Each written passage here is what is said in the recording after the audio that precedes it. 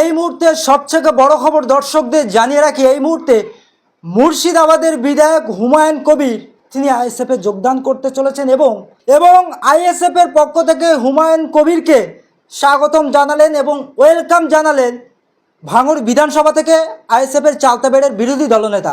হ্যাঁ, সোশ্যাল মিডিয়ায় রীতিমধ্যে চর্চিত মুখ মুর্শিদাবাদের তৃণমূল কংগ্রেসের বিধায়ক হুমায়ুন কবির তিনি আইএসএফে যোগদান করতে পারেন এমনটাই সম্ভাবনা রয়েছে। আমরা আরও বিস্তারিত শুনবো। আমরা আমার সঙ্গে রয়েছেন চালতাবেড়ের বিরোধী দলনেতা, তিনি কি বলছেন শোনাবো আপনাদের। দেখেন, আমি আবারও বলছি, দলে যে কেউ আসুক, দলের একটা আইডিওলজি আছে, দলের একটা নির্দেশিকা আছে, সেই নির্দেশিকার উপরে অনুযায়ী যিনি চলতে পারেন এবং আমাদের শীর্ষতম নেতৃত্ববৃন্দ যে কথা বলবেন সেই কথা অনুযায়ী জানারা যদি থাকতে পারেন অবশ্যই আসবেন। আপনি যে কথাটা প্রথম বললেন মুর্শিদাবাদের বেতাজ বাদশাহ, এই বেতাজ বাদশাহ কাকে বলা হয় আমি জানি না কো, কিন্তু আমি বলি হুমায়ুন কবির একজন বাপের বেটা। হুমায়ুন কবির হয়তো শাসক দলের নেতা হতে পারে, তিনি বাপের বেটার মতন কথা বলেন। জানি না কো দল তানাকে কি করবেন, কিন্তু তিনি একটা এইসব আমাদের বিশেষ করে সংখ্যালঘু মুসলিম সমাজ থেকে যারা বিধায়ক আছেন এদের মুখে সেলোটেপ দেওয়া আছে, এরা শাসকের চোখে চোখ রেখে কোনো কথা বলতে পারে না, কিন্তু তৃণমূলের মধ্যে থেকে একমাত্র এই হুমায়ুন কবিরকে আমি দেখেছি যে দল আমার কাছে আগে নয়, জাতি আমার কাছে আগে। আমার জাতির উপরে আঘাত এসেছে, আমাকে আন্দোলন করতে হবে, তার বিরুদ্ধে আমার কথা বলতে হবে। দল আমাকে টিকিট দিল কি না দিল, দল আমাকে ওইখানে রাখলো কি না রাখলো, এটা আমার কাছে বড় নয়, দল আমার কাছে বড় কথা নয়, জাতি আমার কাছে আগে। এই বাপের বেটাকে আমি স্যালুট জানাই, তিনি এই কথা বলেছেন। হুমায়ুন কবির একজন দক্ষ সংগঠক, মুর্শিদাবাদের মানুষ তানাকে মনে প্রাণে মেনে নেয়, তানার সংগঠনের একটা দাপট আছে, সংগঠনের একটা লোকবল আছে। তিনি যদি মনে করেন যে আইএসএফে আসবেন সেটা তানার ব্যক্তিগত ব্যাপার, কিন্তু তিনিও দেখছেন যে তৃণমূলের মধ্যে থেকে কোনো জাতির জন্য, সমাজের জন্য, সংখ্যালঘু বিভিন্ন সম্প্রদায়ের মানুষের জন্য সেইভাবে আওয়াজ তুলে কথা বলা যায় না।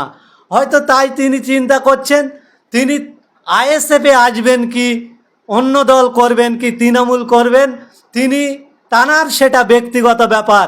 কিন্তু আমি হুমায়ুন কবির মহাশয়কে একটা কথা আপনার সোশ্যাল মিডিয়ার মাধ্যমে বলি, আপনি যেভাবে প্রতিবাদ করছেন শুধু মুর্শিদাবাদের মানুষ নয়, গোটা পশ্চিমবঙ্গের মানুষ আপনার এই প্রতিবাদকে স্যালুট জানাচ্ছিল।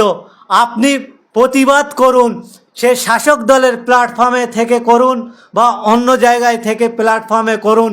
সাধারণ মানুষের উপর যখন বিপদ নেমে আসবে, সাধারণ মানুষের উপর যখন আক্রমণ নেমে আসবে, আপনি প্রতিবাদ করলে গোটা বাংলার মানুষের দুয়া আশীর্বাদ আপনার সঙ্গে থাকবে বলে আমরা মনে করছি। আইএসএফের দিকে হুমায়ুন কবিরের আগ্রহতা বেশি, কারণ একাধিক জায়গাতে নওশাদ সিদ্দিকীকে প্রশংসা করেছেন হুমায়ুন কবির। সেই ক্ষেত্রে যদি আইএসএফে যোগ দিতে চায় ওয়েলকাম থাকবে বা কি বলবেন? দেখেন, নওশাদ সিদ্দিকীকে মমতা বন্দ্যোপাধ্যায়ও প্রশংসা করে, নওশাদ সিদ্দিকীকে অনেক তৃণমূলের নেতারা, এমএলএরা, মন্ত্রীরা বুকে জড়িয়ে নেয়। দুটো একটা কুলাঙ্গার ছাড়া, দুটো একটা, বুঝতে পারছেন তো, দুটো একটা কুলাঙ্গার ছাড়া নওশাদ সিদ্দিকী যে পরিবার থেকে বিলং করে রাজনীতির প্ল্যাটফর্মে এসছেন, আর নওশাদ সিদ্দিকী গোটা পশ্চিমবঙ্গের মধ্যে একমাত্র এখনো পর্যন্ত বিধায়ক দেখেছি যার বিরুদ্ধে 10টা পয়সা দুর্নীতি করার অভিযোগ নেই। এই ভাঙড়ে কিছুদিন পূর্বে একটা ভাঙড়ের একজন চুনোপুটি নেতা বোলাকের একজন কর্মদক্ষ ভাঙড় টুয়ের এই কুলাঙ্গার বলে আমি মনে করি। কুলাঙ্গার যদি না হতো এই ধরনের মন্তব্য তিনি করতেন না। নওশাদ সিদ্দিকী নাকি আখেরাত গুছাচ্ছেন, সেই বাবুকে বলি আপনি কতটুকু আখেরাত গুছিয়েছেন ভাঙড়ের মানুষ জানে। ইতিমধ্যে আপনার পেট্রোল পাম্পের কাজ কোথায় হচ্ছে আর কোথায় আপনি ৭২ লক্ষ টাকা দিয়ে স্যাংশন করিয়েছেন সেটাও আগামী দিনে স্পষ্ট হবে। নওশাদ সিদ্দিকীর আদর্শ, নওশাদ সিদ্দিকীর আইডিওলজি ভালো লেগে একাধিক নেতা নেতৃত্বরা তানারা নওশাদ সিদ্দিকীকে প্রশংসা করে। সেই প্রশংসায় যদি হুমায়ুন কবিরও করে রেখেছেন, তিনি যদি মনে করে যে নওশাদ সিদ্দিকীর প্রশংসা তো আমি করছি, নওশাদ সিদ্দিকীর দল ইন্ডিয়ান সেকুলার ফ্রন্টটা আমি করব, তিনি করতেই পারেন।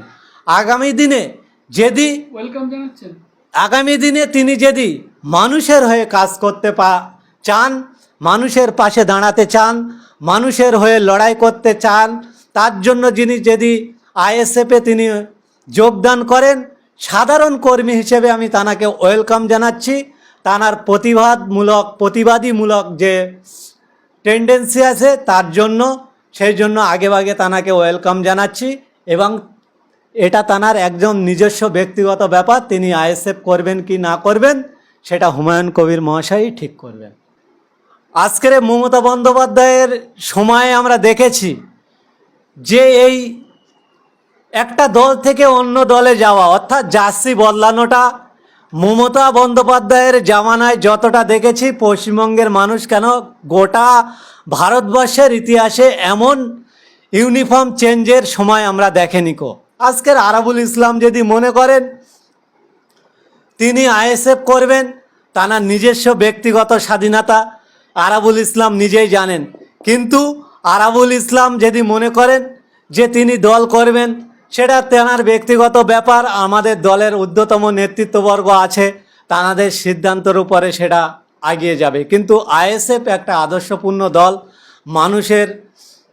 সাধারণ মানুষের কথা নিয়ে, সাধারণ মানুষের চাহিদা নিয়ে যেভাবে আওয়াজ তুলছেন, আরাবুল ইসলাম মহাশয়রা কি সেই আওয়াজ তুলতে পারবেন? সেটা আরাবুল ইসলাম মহাশয়দেরকে ঠিক করতে হবে। কেননা এই দলে আসলে নিজের অ্যাসেট বাড়ানো যাবে না। এই দলে এই আইএসএফটা করলে কাটমানি খাওয়া যাবে না। এই আইএসএফটা করলে সিন্ডিকেট থেকে টাকা তোলা যাবে না। এই আইএসএফ দলটা করলে বিভিন্ন জায়গায় সাধারণ মানুষের অধিকার থেকে তোষণ করে নিজের স্বার্থসিদ্ধি বাড়ানো যাবে না। সেটা আরাবুল ইসলাম যদি ত্যাগ করতে পারেন, আইএসএফের আইডিওলজি মেনে যদি চলতে পারেন, আইএসএফের নির্দেশিকার প্ল্যাটফর্মে দাঁড়িয়ে তিনি সেই রাস্তায় দাঁড়িয়ে থাকতে পারেন, তিনি চিন্তা করতেই পারেন। কেননা আমাদের স্বতন্ত্র দল, যে কেউ আমাদের দল করতে পারে, কিন্তু দলের আইডিওলজি, দলের নির্দেশিকা মেনে চলতে হবে। সেটা যদি মনে করেন আরাবুল ইসলাম আসবেন। কিন্তু তৃণমূলের মধ্যে এক অংশের মানুষ এই কথাটা বলে আরাবুল ইসলামকে দলীয়ভাবে, রাজনৈতিকভাবে কোণঠাসা করার পরিকল্পনা করছে কিনা সেটাও আপনাদের জানতে হবে। এমন ভাষা ছড়িয়ে দেওয়া হোক, শওকত বাবু এখানে উড়ে বেড়াক, আরাবুল বাবু কোণঠাসা হয়ে থাকুক, সেই পরিকল্পনা হচ্ছে কিনা সেটাও আপনাদের জানতে হবে, সাধারণ মানুষকে জানতে হবে। যাই হোক, তারপরেও বলি, দল যখন আমরা করেছি, দলে যদি মমতা বন্দ্যোপাধ্যায়ের মতন মানুষ বিজেপি থেকে কংগ্রেস থেকে তৃণমূল করতে পারে, জানি না আগামী দিনে কি দল করবেন। আজকের যিনি অভিভাবিকা মমতা বন্দ্যোপাধ্যায় 3টে দল অলরেডি করে ফেলেছেন। আরাবুল ইসলাম তো তাদের তুলনায় একটা চুনোপুটি, তিনিও দল চেঞ্জ করতে পারেন, তার ব্যক্তিগত ব্যাপার। তাহলে আরাবুল ইসলাম মহাশয়ের কাছে এই প্রশ্নটা করলে আমার মনে হচ্ছে সব থেকে ভালো।